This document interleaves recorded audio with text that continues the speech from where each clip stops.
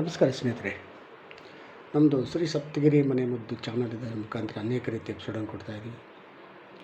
ಸ್ನೇಹಿತರೆ, ಪ್ರಕೃತಿಯಲ್ಲಿ ಸಿಕ್ಕುವಂಥ ಅನೇಕ ರೀತಿಯ ಗಿಡ ಮರ ಬಳ್ಳಿಗಳಿಂದ ಅದರಲ್ಲಿರುವಂತಹ ಎಲ್ಲ ರೀತಿಯ ರಸಾಯನಗಳು ಸಿಗಬೇಕಂದ್ರೆ ನಾವು ಅದನ್ನು ಆಹಾರವಾಗಿ ತಯಾರಿಸಿಕೊಂಡು ಸೇವನೆ ಮಾಡಬೇಕು. ಇಲ್ಲ ಅಂದರೆ ನಾವೇನು ಮಾಡ್ತೀವಿ, ಆಸ್ಪತ್ರೆಗೆ ಹೋಗಿ ಅದು ಇದು ಸೇವನೆ ಮಾಡಿ ಇನ್ನೂ ಬೇಕಾದಂತಹ ಕಾರ್ಯಗಳು ತರಿಸ್ಕೊತೀವಿ.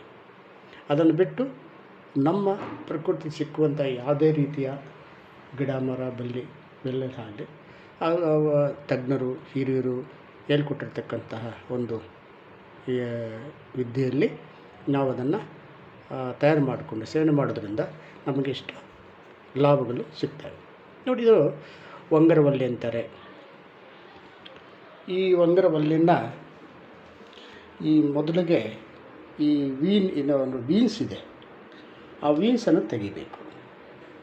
ಆ ವೀನ್ಸನ್ನು ತೆಗೆದು, ಯಾಕಂದರೆ ಇದು ನಾರಿನಂಶ ಜಾಸ್ತಿ ಇರ್ತದೆ. ಮತ್ತು ಇನ್ನೊಂದು ಸ್ನೇಹಿತರೆ, ನಿಮ್ಮ ಕೈಗಳಿಗೆ ಎಣ್ಣೆ ಬಳ್ಕೋಬೇಕು. ಕಾರಣ ಇದು ಹಿಚ್ಚಿಂಗ್ ಜಾಸ್ತಿ ಇರ್ತದೆ. ಎಣ್ಣೆ ಬಳ್ಕೊಂಡು ಮತ್ತು ಹುಣಸೆ ಹಣ್ಣನ್ನು ಒಂದಷ್ಟು ಹುಣಸೆಹಣ್ಣು ಹಾಕಿ ಈ ಥರ ದ್ರಾವಣ ತಯಾರಿಸ್ಕೊಂಡು ಆ ದ್ರಾವಣದಲ್ಲಿ ನೀವು ತೆಗೆದಂಥ ವೀನನ್ನು ಕಾಳನ್ನು ಅದಕ್ಕೆ ಹಾಕಿ ಒಂದು 10-15 ನಿಮಿಷ ಬಿಟ್ಬಿಡಿ. ತದನಂತರ ಒಂದು ಬಾಣಲೆಗೋ ತವಳೆಗೆ ಹಾಕ್ಕೊಳ್ಳಿ. ಅದು ಸಾಸಿವೆ, ಬೆಳ್ಳುಳ್ಳಿ, ಈರುಳ್ಳಿ ಎಲ್ಲ ಹಾಕಿ ಅದನ್ನು ಉರಿಸ್ಬೇಕು. ಈ ಕಲರ್ವರೆಗೂ ಗ್ರೀನ್ ಇರುವಂತಹ ಈ ವಂಗರವಲ್ಲಿನ ನೋಡಿ, ಈ ಥರ ಇರುವಂತಹ ವಂಗರವಲ್ಲಿನ ಈ ಥರ ಬರಬೇಕು, ಗೋಲ್ಡನ್ ಕಲರ್ ಬರಬೇಕು. ಆ ತನಕ ಉರಿಸಿದ ಮೇಲೆ ನೋಡಿ, ಈ ಥರ ಇರ್ತದೆ ಕಲ್ಲರು. ನಾವು ಉರಿಸಿದಾಗ ಈ ಥರ ಗೋಲ್ಡನ್ ಕಲರ್ ಬರಬೇಕು. ಗೋಲ್ಡನ್ ಕಲರ್ ಬಂದ ಮೇಲೆ ಅದನ್ನು ನಿಲ್ಲಿಸ್ಬಿಡಿ.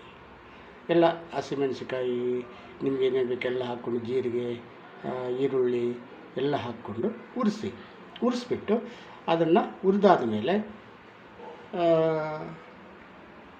ಇದೆ ನಾವು ಹಾಕಿರ್ತಕ್ಕಂಥ ಐಟಮ್ಸು ಬೆಳ್ಳುಳ್ಳಿ, ಈರುಳ್ಳಿ, ಹುಣಸೆಹಣ್ಣು ಭಾರಿ ಇಂಪಾರ್ಟೆಂಟ್. ಹುಣಸೆಹಣ್ಣು ಹಾಕಿದ್ದೀವಿ, ಮತ್ತು ಕೊನೆಯಲ್ಲಿ ಕೊತ್ತಂಬರಿ ಹಾಕಿದ್ದೀವಿ, ಮತ್ತು ಉಪ್ಪು ಹಾಕಿದ್ದೀವಿ. ಇವೆಲ್ಲ ಹಾಕಿ ಮಿಕ್ಸಿಗೆ ಹಾಕಿ ಈ ಥರ ತಯಾರು ಮಾಡಿದ್ದೀವಿ. ಈ ಥರ ತಯಾರಾಗಿದೆ. ಇದನ್ನು ಸೇವನೆ ಮಾಡೋದ್ರಿಂದ ನಮಗೆ ಈ ಕ್ಯಾಲ್ಸಿಯಂ ಕೊರತೆ ಇದ್ದರೆ ಅದನ್ನು ನೀಗಿಸುವ ಶಕ್ತಿ ಈ ಒಂದು ಚಟ್ನಿಗಿದೆ.